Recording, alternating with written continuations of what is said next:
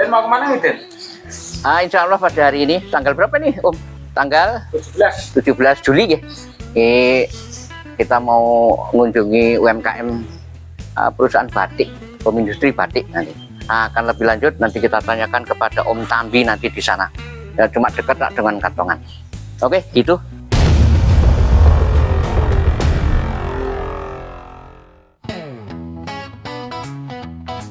Den.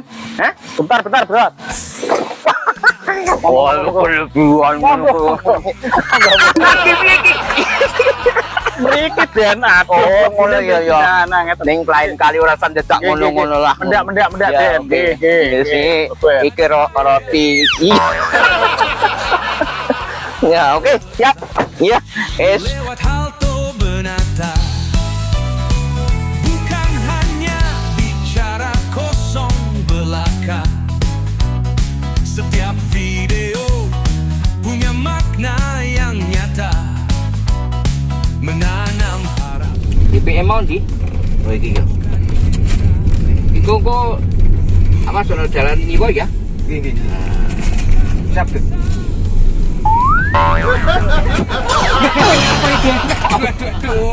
Lengket iki lah gitu yo. Sik meniru ini gimana sih? Oke. Suaramu jadi saksi untuk masa depan demi anak negeri.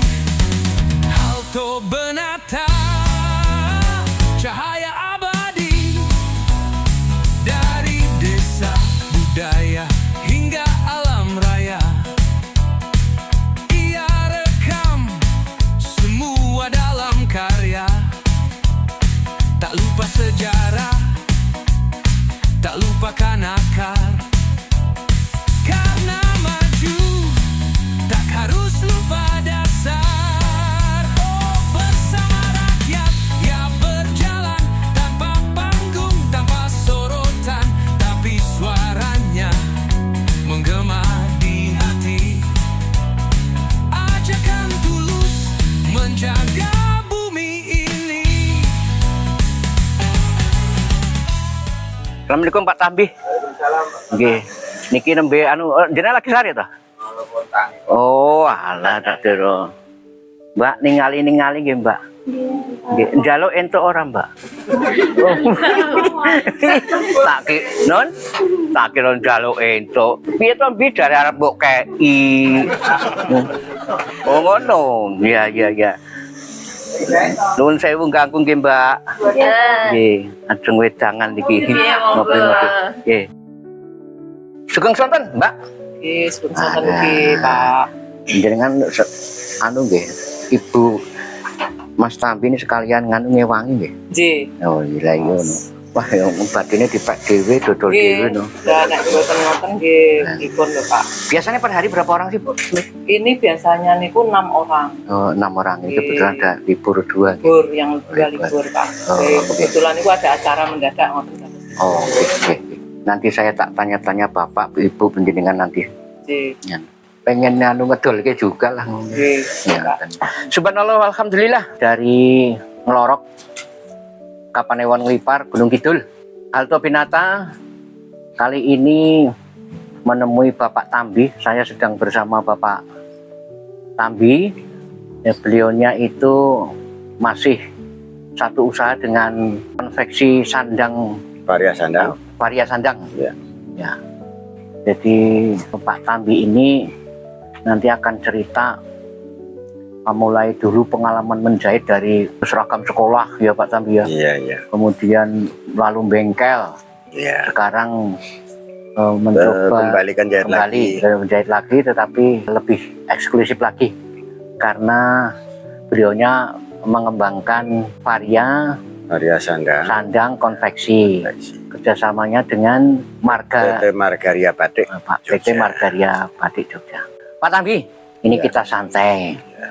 Saya ingin mendengar ya terkait dengan sejak awal dengan cerita sejarahnya ya A sampai Z lah. Maka cerita mulai dari dulu juga sebagai penjahit, kemudian sebagai bengkel. Nah ini kembali lagi ke konveksi.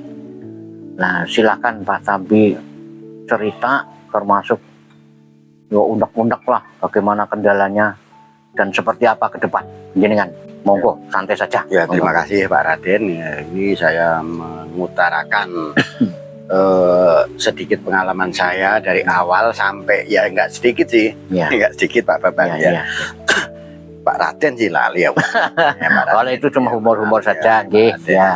Gini Pak Raden, saya itu semula pertama kali emang saya dari zaman dulu, zaman sekolah SMK dulu, saya emang udah mulai menjahit. Ya. Mulai menjahit. Nah setelah itu saya sempat merantau ke Surabaya. Terus saya juga di konveksi pada waktu itu. Ya. Terus saya itu sempat kembali ke Gunung Kidul ini, ke Ngelorok ini. Ini saya sempat jahit lagi Ya. beberapa tahun. Nah kemudian setelah pada waktu itu kan istilahnya tailor. Ya, Tailor. Iya, dulu Tailor ya. Tailor, Ya, zaman masih dulu ingat namanya ya. Tailor. Ya, Tailor. Ya. Kebetulan pada waktu itu saya juga langganan saya banyak, Ya. sampai ke sekitar daerah Wonosari, termasuk Iya.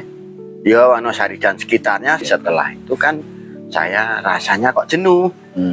Saya kalau jahit itu kan jenuh, duduk terus jahit jenuh. Setelah itu saya kok seneng otak-atik motor pada waktu itu.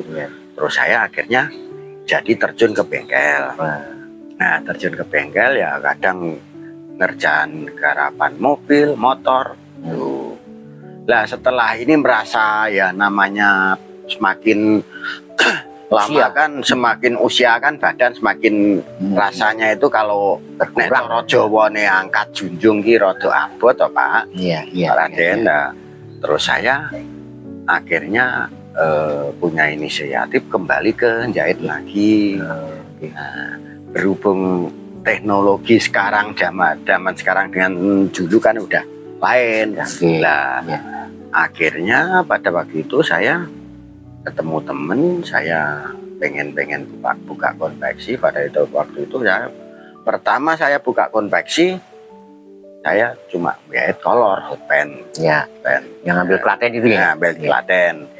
Itu kebetulan itu. Padahal pada waktu itu saya juga lumayan sih kalau tingkat pengerjaannya itu, kalau yang posisinya itu kalau per satu hari itu saya bisa memproduksi celana kolor kurang lebih 1000 celana per satu hari. Per hari. Per hari. Ya. Cuman minim sekali. Ya. Oh, sekali. iya. Nah, terus pada waktu itu kan pas itu ada TikTok agak tutup itu. Sementara itu saya kan jahitan kolor kan saya hentikan. Ya. Saya hentikan lah. Pada waktu itu kan saya kan kasihan sama penjahit saya. Ya. Padahal pada waktu itu kan penjahit saya kan rata-rata kan tulang punggung Pak. Iya. Rata-rata tulang punggung. Lah kemudian saya ditawari kerjaan teman saya. Kerjaan itu pada waktu itu saya cuman ngesup ke teman saya, tapi kan itu dari berbagai jalur kan otomatis kan saya tetap nipis sekali. Cuman kebetulan itu juga nggarap Margaria juga. Itu pada waktu itu nggarap Margaria. Akhirnya pihak Margaria menelusuri akhirnya ke tempat rumah saya, melihat konveksi saya dan melihat hasil kerja saya. Orang Margaria kelihatannya tertarik. Nah, setelah itu saya sampai sekarang kerjasama saya ngesuk di Margaria. Ceritanya seperti itu Pak. Ya, seperti ini Mas Tambi. Ya. Kalau biasanya orang-orang entrepreneur atau orang swasta itu memang ada semacam kayak penyemangat itu begini. Katanya kalau usaha itu memang kudu konsisten, kudu tekun dengan satu bidang. Penjenengan termasuk ini melompat dari konversi lalu hanya jenuh, kemudian dengan berbagai suka dukanya tadi itu. Tapi nyatanya penjenengan ternyata keterampilannya itu jatuh kepada konveksi lagi. Karena sejak kecil penjenengan yang kita tahu memang sudah menguasai jahit menjahit gitu. Iya. Nah, maka wajar kalau penjenengan diterima di Margaria itu dengan kualitas yang Anda buat, sehingga Margaria sampai menelusuri penjenengan untuk memermak dan sebagainya. Yeah. Itu kan berarti Anda berkualitas hal itu. Yeah. Ya mudah-mudahan nanti ke depan jenengan tekun. Ya ini hanya sharing saja. Yeah. Mudah-mudahan tekun, ya sabar dan sebagainya. Lalu bengkel, ini tentang bengkel. Nah, ini kan bengkel ini kan ceritanya kan bengkelnya kan tetap Pak. Itu Oh, saya, gitu masih. Oh, gitu. Saya sekarang itu Jenengan tackle sendiri. Enggak, bengkelnya sekarang yang megang anak saya yang nomor gitu. 2. Justru sekarang kalau misalnya itu tingkatannya, levelnya itu lebih bagus daripada waktu saya gitu loh. Gitu. Makanya kan saya sendiri kalau masalah misalnya ya ini Pak, ya misalnya ya istilahnya di bidang jahit pun ya terutama kualitas memang saya tekankan. Tuh. Ya. Nah kalau yang bengkelnya spesifik motor apa roda 2, roda 4? Kalau dulu saya roda 2 dan roda 4. Tapi kalau sekarang sebenarnya kalau anak saya yang itu yang sekarang itu roda 4 juga sudah lumayan. Tapi namanya anak muda senangnya lagi yang roda-roda 2 itu. Ya, tapi yang paling tidak sih anak lanang ini Mas siapa namanya? Mas Hafiz. Mas Hafiz saya sampai sekarang kan masih eksis ini ya, bengkel? Oh masih tetap. Nah, kalau di sekitar ada kayak traktor rewel gitu bisa nggih? Ya, insya Allah bisa. Diesel dan sebagainya. Bisa. Nah, ya. Ada temennya yang bantu? Sementara ini memang kalau anak saya itu gini Pak Bambang. Ya. Untuk sekarang dia kan memang condong ke kualitas dulu. Jadi gitu. kalau misalnya dianya itu kalau ambil orang misalnya istilahnya ada yang corot Jawa nenek sing ngewangi itu belum sampai masih condong ke kualitas dulu. Ya, gitu. Jadi cari pelanggan dengan kualitas itu nanti kalau sudah kualitas kepegang kan saya kira sudah mulai menyebar. Ya, insya Allah. Jadi konveksi dulu, kemudian ini bengkel. Sekarang bengkel sudah diteruskan anak lanang. Saya kira kalau benar-benar diupayakan pokoknya caranya kan bisa berkembang tepat. Ya, insya Allah. Akan ke konveksi lagi. Dan gitu ya paling tidak yang konveksi sudah mampu merekrut sekitar 14 orang itu kan suatu kelebihan luar biasa. Kemudian nanti mungkin anak lanang juga akan kerjasama dengan teman-teman juga bisa merekrut dan gitu. Ini masih jalan yang bengkel ya? Masih jalan. Ini kan ini kebetulan kemarin baru habis touring dari Gunung Tengger. Oh, komunitas apa? Enggak. Oh, ya sama teman-teman juga. Ya. Oh, makanya sekarang tutup ini sementara. Oke, Bapak Ibu.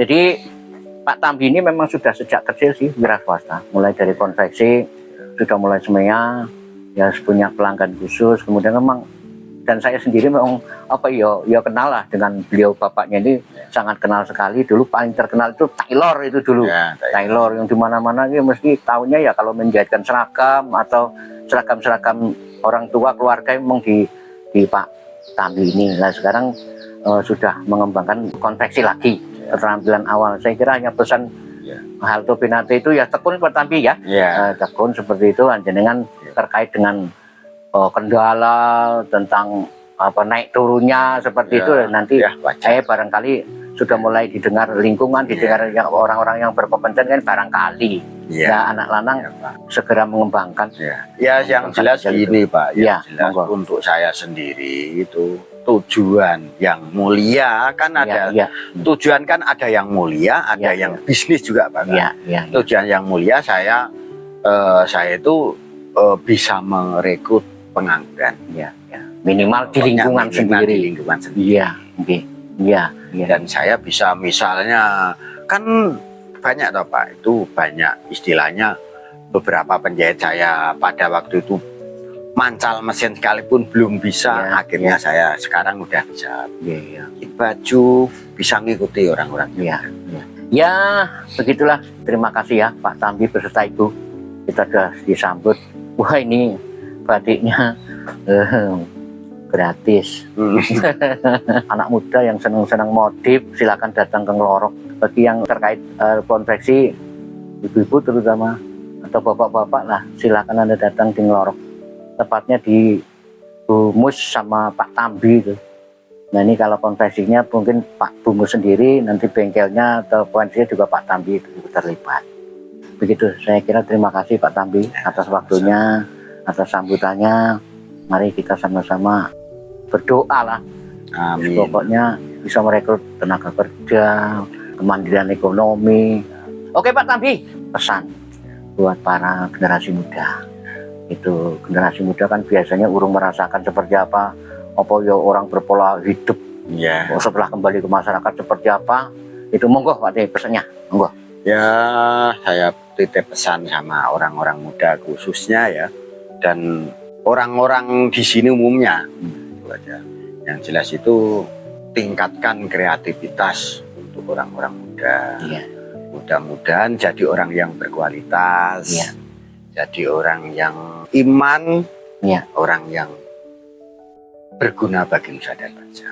Begitu pesan mulia. Saya kira memang perlu selalu kita yang sebagai orang tua generasi muda itu memang harus selalu memotivasi, menasihati anak-anak muda, karena ya untuk ukuran kita itu memang pengangguran kan luar biasa.